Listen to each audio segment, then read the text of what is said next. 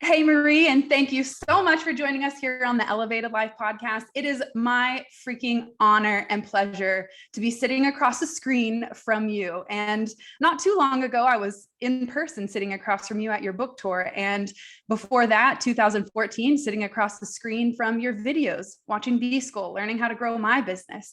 And now the fact that I get to have you on the podcast to share your wisdom straight from the unicorn's mouth, then I just I just feel so honored and blessed. So thank you for being here and sharing your wisdom. Oh, Brittany, it's my joy. This is going to be so much fun. And we were talking off, before we started recording, just like, oh my goodness, how much can happen in like less than a decade? It's so miraculous and so inspiring, I think, for all of us who are committed to growth, to see that these decisions that we make at certain points in time to honor ourselves and to take that next step in something that we really want to expand, how it can have such exponential effects a few years down the line. It's awesome.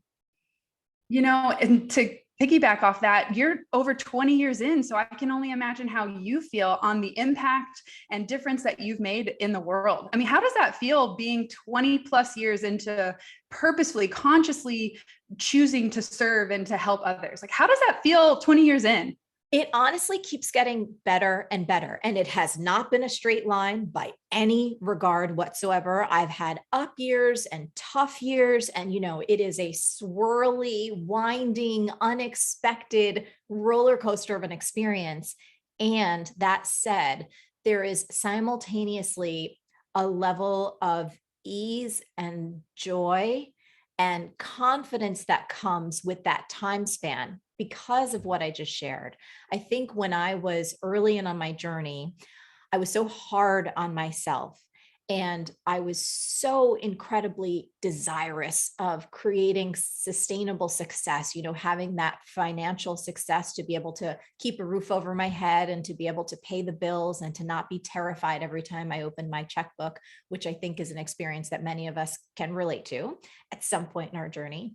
And I also just had such unrealistic expectations, this desire to have the business always go up, every up, up, up, up, up, up, up. And when you're doing this work and running a business for over 20 years, first you're beating the odds. So that's a really interesting thing. Over 50% of businesses, unfortunately, fail within the first year. And there's less than 15% that I think make it over 8 or 10 years, right? So it's like the odds just keep getting smaller and smaller.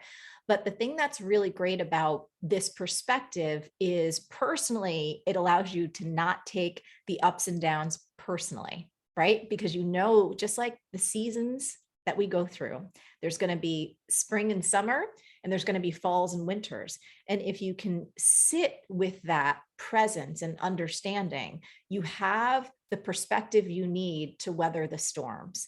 And then I think from an impact perspective, it becomes so joyful, like to connect with you and to connect with people who our paths crossed 5 years, 10 years, even 15 years ago, and to witness how much people have grown and who they've become, and to be able to celebrate that with them is really, really special.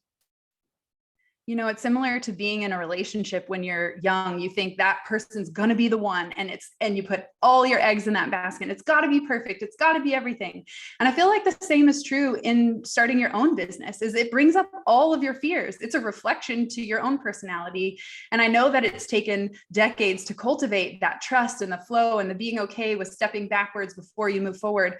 But what would you say to Marie 10, 15, 20 years ago, to the version of you that is frustrated, that is like, I've hired and fired so many people, I thought this would be easier. Like, why isn't it not like to the level in which I feel like it should be? Like, what advice do you have to that person who's doing great things, but you just can't see it in the moment? Yeah. So there's a couple aspects. I think for me personally, one of the things that I've been really fascinated with and really passionate about is looking back. When I started the business in the late 90s, it was like 1999, 2000, right? That was like right in that little period. We didn't have social media. We didn't have a gajillion platforms. We didn't have things like this. I'm holding up my cell phone, ringing and dinging and buzzing and these notifications and all of this tsunami of information and demands and expectations on our time. And so I think I would have told Marie specifically 10 or 15 years ago to enjoy some of these new technologies, but don't get suckered in by them, because all they're going to do is create a lot of overwhelm, a lot of insecurity, and a lack of focus. And it wasn't until recently, I would say maybe within the past 2 to 3 years, that I was able to start to parse through how to allow some of the newest things to serve me rather than me serving them. So I would speak to the frustration in this way to say, hey, Marie, keep your eye on the big picture prize. Stay true to what your ultimate goals are. What are the metrics that truly matter to you as an entrepreneur and as a human being? And don't worry about any of the other, quite frankly, bullshit that can take you off track, that can make you feel worse about yourself, like you're not doing enough, you're not creating enough, you're not going fast enough. And it has this toxic cycle effect, which creates insecurity and self-doubt, which drains your energy, which has you produce less and to feel less fulfilled while you're doing it. So I don't know if any of that's tracking for you, but that's definitely what I would say to myself, 10 years ago, kind of before technology exploded in a way that I think none of us have ever witnessed in human history. Oh no, it really is such a pivotal point, using technology for the business, because I often remind myself that 100 years ago, 50 years ago, there wasn't social media. Hell, 15 years ago, there was no Instagram. So Yep. I have to remind myself that I was doing business even before the social medias, you know what I mean? And so it's got to be true that it's still possible without getting caught in the trap of TikTok and snaps and this and that. And it's too much, in my opinion. And that's something that I really loved about B School, is that it gives you the tools for technology to bring your message online. Whereas when I stumbled across B School in 2013, 14, I was working in my hair salon. I owned a luxury vegan hair salon. Well, it wasn't quite luxury yet, but after B School, it went full blown pro, if you will. We went pro, Marie. So I knew that I had this message to share. And like you, I'm multi-passionate. I had just started a photography company after, being in the hair salon. I was always about colors and sparkles and empowering women and finding ways to like make them feel good, whether if it was the way they looked, their hair, which, your language, girl, your hair and your sass is what really drew me in. It was like, she's real. And I don't feel like, with so many marketers, I feel like there's just so much bullshit and I wouldn't consider you a marketer, but you are our marketer in a way. Oh, I love marketing. Yeah, because Yeah. and I don't want to interrupt your point too much, but for anyone listening, I wear that title with pride because I believe so deeply in the training and the content and the courses that we create, because I know if I can get people to do that work, they become the people that they most want to be. So that's why I will raise that flag, but keep going, because what you were saying is so brilliant. Yeah, well, it makes sense, because you can have all the talent in the world, but if you're not known, if you're not putting yourself out there with the marketing tools, and I always like to refer back to Snuggie. Snuggie is a crappy product, but we all know about it. We all probably have had one or been gifted one. And it's because the marketing was there. And so for me, I agree. Marketing is a great thing with the intention behind it. That's and your right. intention is to foster people's passions and talents and turn their impact, the way that they can help people, into income. And I think that's what separates you as a marketer from other people marketing, is like you're doing it with heart and soul, and that wins out every time. And I think that's why you've been so successful so sustainably long, because there's soul behind it. It's a really important distinction that I want everyone listening to really get. So listen up to this one.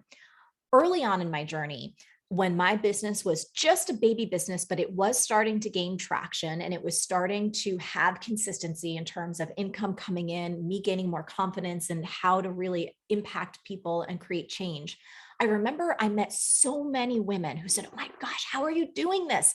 I have my own idea. There's this product or this service that I want to get out there, but I don't want to market. I don't want to be aggressive. I don't want to be pushy. I don't want to be manipulative. I don't want people to feel like I'm trying to shove something down their throat. So maybe I should just find someone else to manage the business part, the sales part, the marketing part, and I'll just be the idea person. And Brittany, I would want to slap the shit out of these people in the most loving way because I believed in them, and I would want to shake them by the shoulders and just say, no, you are so gifted. You are so talented and you are totally capable. You have to, though, detoxify your idea of what marketing is. And most people understandably have a negative association with it. And so what we do is introduce them to a completely different paradigm that I call modern marketing. It is unlike anything that you've been exposed to before.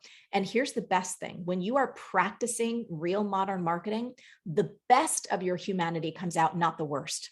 So you are listening, you're empathetic, you're compassionate, you're creative, you are generous, and you are doing things, creating opportunities, inspiring people into action in a win-win scenario, meaning you are helping them take actions that are in their best interest that also happen to be aligned with your business's interest as well. So there's no, oh, if I get something, someone else is going to lose out, or that you're taking anything from anyone.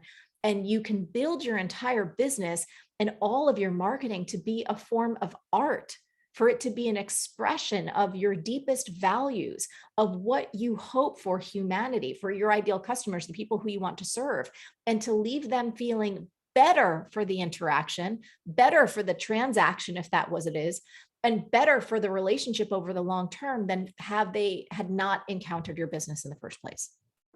You know, it's so interesting because when I stumbled upon you, you were doing RHH Live. Yes. That was like, that's when I came into the gameplay. And it's been really beautiful to watch your journey as an entrepreneur, because you've hit all over the place, from Time Genius to your Everything is Figure Outable book, to a business program, to a relationship book back in the day. Like, you really have covered, and I'm guessing those are areas of your life that were massive points of transformation, or something where you felt you had acquired knowledge to share with. So can you explain a little bit about how you've been able to have such an impact in an empire and have so many different passions, so that, you know, what's the secret to staying focused? Like, because I see this all the time when coaching women, is like, they want to do this, this, and this, just like I'm talking to myself too. Like, yes. I always say you can only focus on one thing at a time. So is that your approach? Do you focus on one project at a time, and over a period of time, you look back and say, hey, look at everything I've created? Like, how did you choose the first one? I know you have the Start the Right Business to help people choose like where they need to go, but when you are so excited about multiple, like how did you, was it just what was important to you at that moment? That's right. So we'll speak to two of those things. So for anyone listening, like, what is RHH? This was back in the day, and it was a whole brand called Rich, Happy, and Hot. Cause I was like, that's what I want to be. So it was really born out of just my own heart, and also my very playful nature. You know, I'm a little bit of a quirky human being. I'm a person who just likes plain speak, and I'm a person who likes to talk and connect with people on levels that are real, you know, the kind of conversations that you would have with your friends over a tea or a coffee or a wine, or, you know, a Pellegrino, or whatever it is that you drink. And so to answer that first question, you know, the book that I first wrote, I mean, the earliest version of this thing, it was called Make Every Man Want You, or Make Yours Want You More, How to Be So Irresistible You'll Barely Keep from Dating Yourself. And that was born out of my own pain, because I was a mess in relationships, and I had to go through all of these different learning experiences, went for different training, trying to help myself not be such a hot mess. And that particular book was born over kind of several years and had different iterations. It was first an ebook, then I self-published it, then it got picked up by a major publisher a few years later. And then some of the other things that you mentioned, you know, B School, for example, that was born again out of a pain point. It was the fact that I did not see in the marketplace one area that people could go, especially women, although it's not exclusive to women, where you could understand, if you're someone like me who doesn't have an MBA, you don't have higher degrees of education, you don't necessarily have a trust fund, you're wanting to start something on your kitchen table on the side, you know, on the weekends, and you want to figure it out on your own without necessarily going with a pitch deck to go get venture capital, right? It's like a different style of entrepreneurship. And how do we do so in such a way that's aligned with our heart and our values and our soul, and also retains our personality? Because Brittany, quite frankly, when I first started my business, man, I thought I had to be someone I wasn't. my idea of a successful businesswoman was someone who had like shoulder pads and was in like a corner glass office in a high rise in New York City, because that was my childhood imagery of what a successful businesswoman looked like. But obviously the world changed a lot from the 80s to the late 90s. Right. And so I also didn't fit into that description. It's like, well, I like to laugh and have fun, and I want to bring my whole personality into this thing. So B School was born again out of a pain point and to address something. And we've been doing it now for, over 13 years. We've helped almost 70,000 small business owners start and grow their business. And so we're super proud of that. But over time, you mentioned that we also have Time Genius, which, another thing born out of a pain point, both my own and then also watching so many people right now feel exhausted, burned out, like they're pushing themselves so hard, but no matter how much they work or how hard they go, it's never enough. And people experiencing burnout. I had my own health crisis. There were so many different things that kind of came with, and I said, this is insane. We can't keep doing this. This is unsustainable. Like, I need to fix this for myself. I think I have some of the tools, but I'm going to go even deeper into the scientific research. And then I want to put this together so that people can get some relief and actually create a life that they love, not like that's just some cheesy, trite tagline, but legitimately feel healthy and well and vibrant and have more than enough time for not only their business and career, but for the people that they love, and to just look up at the sky. So in terms of everyone listening, if you have a bajillion ideas and you're multi-passionate like Brittany and I are, first of all, you're in good company. We are very creative greens. You're not alone. Right? You're not alone, and it's okay. I'm someone who has an ADHD brain. So if that is a diagnosis that you have, or even if you don't, many of us feel like we do, I want you to know that it's possible for you to not only experience success, but to experience peace, and to also feel accomplished in what you're creating, and that you don't have to do 17 things at once. You don't have to give up all your passions, but there is a way to set up your life and set up your business so that you create things in such a way that you give them the breath and the space that they need to succeed, and you're able to nurture them so then you can go on to another idea should you so choose.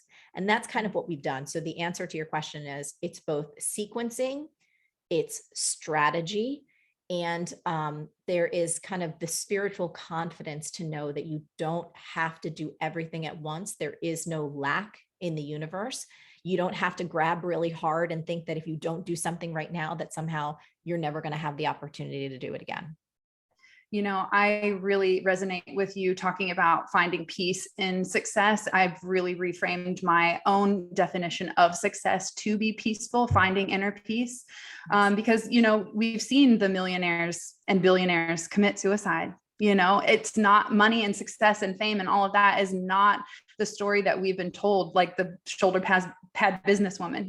Right. I roll into the salon at 12 o'clock because I don't want to be a 9-to-5 person, and I feel like starting your own business really gives you permission to live that life that you love, because they're not living by other people's rules. And, something that really inspires me is you wrote the book, Everything is Figureoutable, based on this pearl of wisdom that your mom left you with. And I'm two things on that. One, it touches my heart so deeply because in 2012, right before I stumbled upon you, my mom had a massive stroke that paralyzed her, where she couldn't speak, walk. I mean, she was out like a light.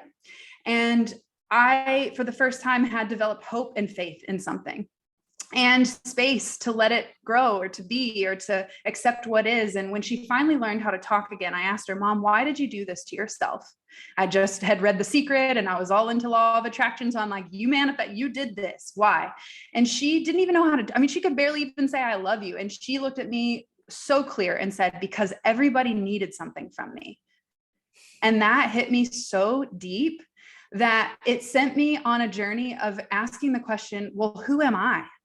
And am I following the same negative patterns, even though she's trying to help everyone and be of service and be this amazing, like, empath healer, but she was doing it at the detriment of herself. And so that sent me on my own journey to look at myself in my hair salon career and go, well, what am I doing? Am I doing the same thing? Am I burning out? Am I overgiving? Am I not taking care of myself? And so asking those questions, I had to face a hard truth in my life. And it was like, hell yeah, I'm doing the same damn thing. I'm overweight. I'm unhealthy. I work till midnight and beyond. And just like it wasn't good. And in asking that question, who am I went on this internal self-discovery journey. And that then led me to finding inner peace and finding joy and finding confidence and finding the things that you need to be able to take those talents and passions that you are blessed with and have the courage to put them out into the world. And I'm so grateful that, my mom said I would never take that back because of what has transpired and all the changes that have happened. But had that not happened, it wouldn't have sent me on my own journey of trying to figure out, well, who am I and what do I need? And in doing that and finding those answers, I had so many people come up to me and say, what are you doing? Like, what has happened? Who are you? And that was when I knew that I had to step out from behind the chair and start sharing this wisdom in a different way. And so that's my question to you is, you took a piece of your mom's wisdom and you turned it into your life mission. How does your mom feel about that today? Like, what is her, like, I'm sure she's just overwhelmed. Like, how does she feel? First of all, my mom is a very spicy woman. She's in her 70s, God bless her. And like, I still get, Brittany, I get all caps texts all the time. Like, this woman does not know how to text, like any kind of lower caps, whatever. And it's so funny because she will say to me consistently, I don't know where you came from. You're not like your father and I. Like, who are you? And she's super proud. She's really sweet. She'll like make me dance videos of her and my dad and, send me these videos of them. And they're just so darling. They're extremely proud. And my mom just thinks I'm some kind of alien. And I want to set that context because my mom and we have a great relationship and we're extremely different in that my mom's mission in life, she wanted to get married and she wanted to have 2 kids. She is a hairdresser actually by trade, but once she had my brother, who's several years older than me, it was like, it is, take care of family time. And she's like, where did these ambitions come from? And you're always traveling the world and doing this, that, and the other thing. I don't even know if you're my child. And I'm like, yes, I really, really am. So she's just proud and sweet, but it just goes to show like how unbelievably blessed we are, even if sometimes we can't see it. My mom and I have not always had an easy or perfect relationship by any regard. But as you were sharing about your mom, there are these lessons that come through. And it's my belief actually that prior to coming into this human form, that we choose our parents for very specific reasons. And even if in the moment it's painful and it's difficult and it's heartbreaking, that on the other side of that there is incredible growth and wisdom and a soul expansion that is meant to happen. So I'm super grateful that I got my spicy mom and that she is still around, making me laugh and figuring things out and sending me recipes and all kinds of things. If I ever have a challenge, she's like, oh, we can figure this out. And she comes up with ideas to solve it. That's so incredible. I love that she's been an inspiration to you, even if it wasn't always easy. And it sounds like, based on our conversation, I'm thinking a lot of the people that have the courage to invest in themselves and sign up for something like B-School to foster their talents and their skills probably have had a similar experience. They've gone through something painful or they didn't have it handed to them in childhood. And so they want to make it easier on someone else or pass that along. So circling back to you mentioning your health scare this year or last year, technically, what was the spiritual insight that you got from that? I mean, Time Genius was right around that same time. So I'm wondering, like, did you find yourself like reflecting back now, I was overworking, or where do you feel like you were draining your energy? And what is the new self-care practice that you have that you're consistent with that keeps that sustained energy going? 100%. So quick story on this one. I've been someone who's prided myself on my work ethic for my entire life. I've worked since I was 9 years old. I've basically never stopped. And, in the early part of my career, I felt, and it was just what was working 7 days a week nonstop. So bartending, waiting tables, I would clean people's toilets. And then I was like trying to figure out how to start and run a business during the day. I had no clue what I was doing. I was horrible at it. So that happened for a few years before I finally started to figure it out. Anyway, cut to the fall of 2020. And, obviously that was a transformational year for so many of us, right? The world kind of turned upside down on its head. And I was FaceTiming with my best friend. And in the middle of the conversation, I winced in pain and kind of grabbed my stomach. And I was like, oh, and she's like, what the hell just happened? And I said, oh, it's nothing. I probably am eating something that I shouldn't. Earlier in the year, I had gotten a blood test back that told me like I'm very sensitive to gluten. So I had to kind of cut that out for a bit. And she's like, Now my best friend happens to live with stage 4 cancer. So if she notices something physically, I kind of have no right to say, oh, no, it's nothing. I have to listen to her. And she's like, you are going to go get an ultrasound immediately. I'm like, Chris, we're in the middle of a pandemic. I'm not going to a medical set. Like I'm not doing, she's like, no, it's happening. I get all these blood tests done. They turn out fine. I go to get this ultrasound, get the mammogram's fine. When the ultrasound comes around, I was laying on the table, one of those cold steel tables with, the little paper gown. And I'm just laying there and the radiologist has got the wand all over me. And then all of a sudden she's like, whoa. And she's like, Marie, and she flips the screen. She says, do you know you have a tumor the size of a grapefruit growing outside your uterus? And I'm like laying there, Brittany, like, no, like I had no idea. And she's like, yeah, it's not the only one. And she started pointing out all of these tumors. And she's like, of course you've been in pain. We need to get you to a gynecologist immediately. And so long story short, turns out that I needed to get an urgent hysterectomy because these tumors were pushing all of my internal organs completely out of place. It was just wreaking havoc. And it was at a time when Josh, who's my life partner, we've been together almost 19 years. He was going to be in Ukraine for a month filming a movie.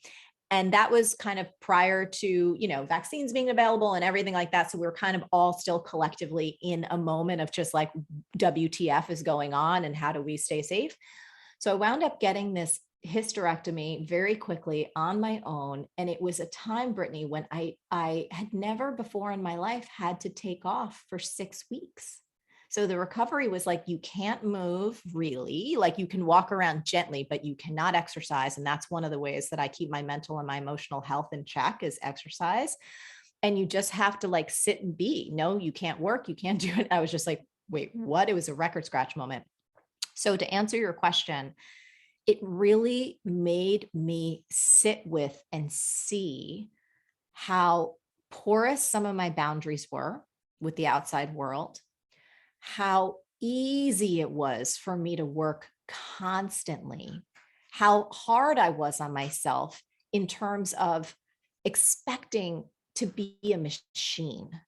And so all of this kind of came together and it helped me understand that I needed to really shift my boundaries to work a lot less, to work even more effectively, and to take all of the tools, the scientific understanding, everything that I had kind of learned over my career and kind of put it into a system that could help me detoxify and never go back to that old way of overworking. Oh, I'm so glad that you have come to that realization because a stroke came from my mom having a hysterectomy. So it's really interesting how life will smack you with a lesson if you're not slowing down to receive it. And I find it interesting that it's in your womb space of your creative sacral chakra because you're constantly creating and putting out there. I'm not having children in this lifetime. So I spend a lot of my creative energy into pouring it into projects and other things and other people. And I can understand how the boundary can get really thin because you just want to help. Yeah. But we just don't have the capacity to help everyone if we're not 100% taking care of ourselves. And that's what happened for me is I was burning out just like my mom, working behind the chair. And in the process of taking B school, I started asking myself, I can help all these women to like foster their passions and their talents, because that was the question I started asking everyone. What are you passionate about? And 99% of the women that sat in my chair said, I don't know. And that's what really bothered me because I knew what I was passionate about. I was passionate about empowering women, making them look good, making them feel good. So I just didn't understand why other people didn't know and why they hadn't made that their mission to figure out immediately, not like wait until you're 50. I mean, it's fine if you want to wait, but like at least you do it, Yeah. And so as much as I wanted to create like how to be a 6-figure salon owner and all of that, I was so guided to take the tools that I learned in B school. And I didn't know this was going to happen, but after going through finding your ideal client and all of those exercises I had never really considered, I would take anyone that would pay me. And I didn't realize that that was draining my energy. So I wasn't giving as much to my client, which was, like, so the success cycle was, that was a trap. That didn't work. And so I realized that as much as I want to teach people how to have a successful hair salon, if they don't love themselves, if they don't take care of themselves, if they're not nurturing themselves or having boundaries or saying no or being fierce with their time, then none of this, the plans won't matter. They won't work. And so I find it really interesting that we need both. And that's ultimately right. Why I'm so passionate about sharing B-School with my community, because what I like to teach is self-love, empowerment, confidence, reclaiming your power, essentially. But that's not enough. And having the business tools is not enough. You have to have both. And so for me, my B-School bonus is a full-on gift of all things self-love, nurturing, confidence, to be able to help give the tools beyond just the business plan, because you need both. Absolutely. I could not agree more, because it's like we have these big dreams and these big aspirations, but if you don't have your health, you don't have your peace of mind, you don't have loving, connected relationships that nourish you, the amount of money in the world, no matter how much it is, it doesn't matter. You won't have anyone to share it with, and you won't have the energy or the connections to actually enjoy it. So I'm so grateful that you're doing that. And I could not think of a better compliment to what we do in B-School.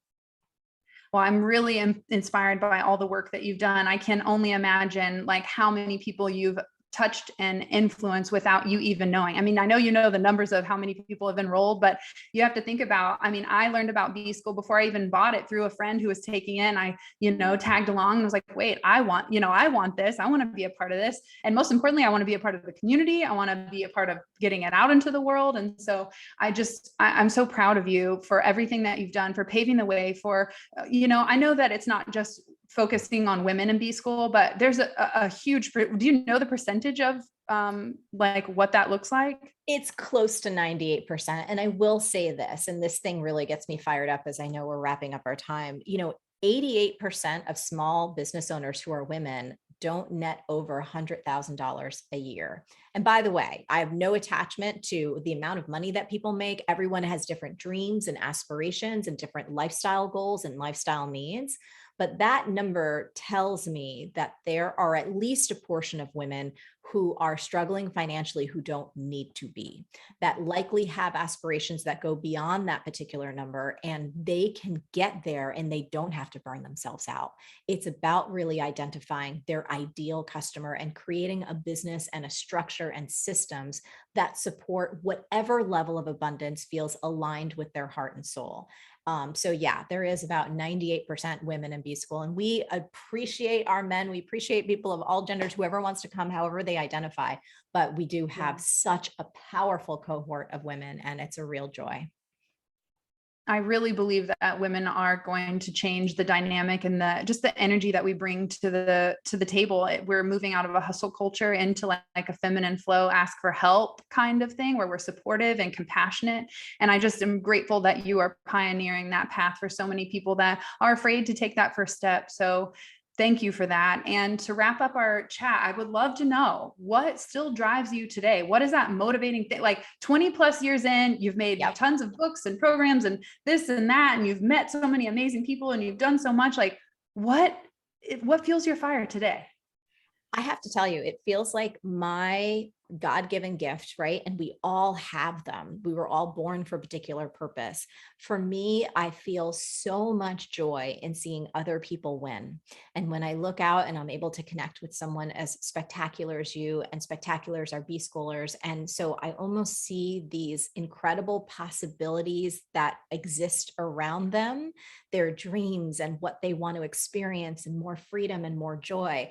And I know that with just a few simple tweaks and tools and understandings, some laughter, some funny stories, some experimentation, that they are able to live into their dream. And I know that I can play a little piece in just helping them aim in that direction. So all of the best of who they are comes out.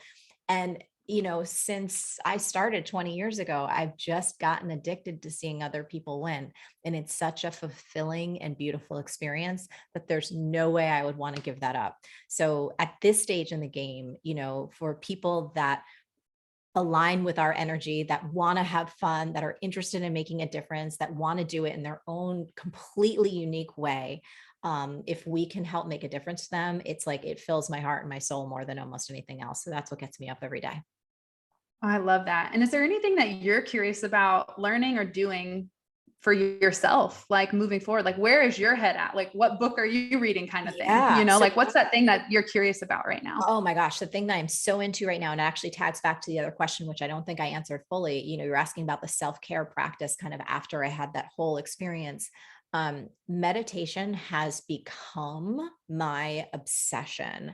And I've meditated for almost my whole adult life. I learned first when I was 17, and I was certainly not perfect with it and certainly not totally consistent, but pretty consistent over the decades.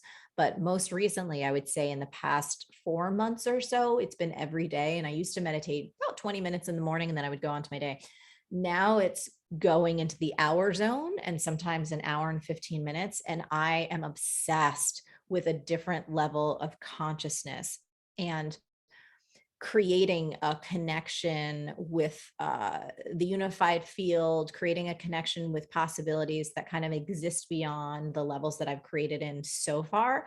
And it's been really, really fun to also notice the impact on myself physiologically, creatively, my connection with relationships, my energy levels. It's just been spectacular. So I'm deep into not only the metaphysics of it, but also the brain science, the neuroscience, the neuroimmunology, like the whole kind of kit and caboodle around a deepened meditation practice. Oh, well, you are certainly in the right place, because the elevated life is all about marrying the science and spirituality together. And usually I have Chris on interviewing with me, but I wanted you all to myself today. But Chris is a hypnotist and has been teaching and practicing the meditation and guiding people through for over 20 years. I'm going to send you some of his meditations. Please do. I can't wait. Yeah, because meet your spirit guides, connect to your higher self, clear the chakras, all the things, girl. I've got some goodies for you if you're into meditation. And again, thank you so much for sharing your wisdom. Any last final words? I usually like to ask, what does living an elevated life mean to you? Yes. So I think living an elevated life for me personally is about being true to my highest and best self, to the one who is not engaging in fear or scarcity or not enoughness, but who is relaxed in the present moment, in joy, and in the act of conscious creation. And it has not to necessarily do with the outer trappings, although creation is super fun in physical form, but with the emotions of joy and of love and of connection with others. Wow, you heard it, people. Relaxed in the present moment. That is the place. That's the place to be. That's right. That is right, Brittany. Thank you so much for having me on. Thank you, Marie. I really appreciate all you're doing. And for all of those listening, if you're on the fence about B School, get off the fence and just say yes to your dreams, because you deserve it.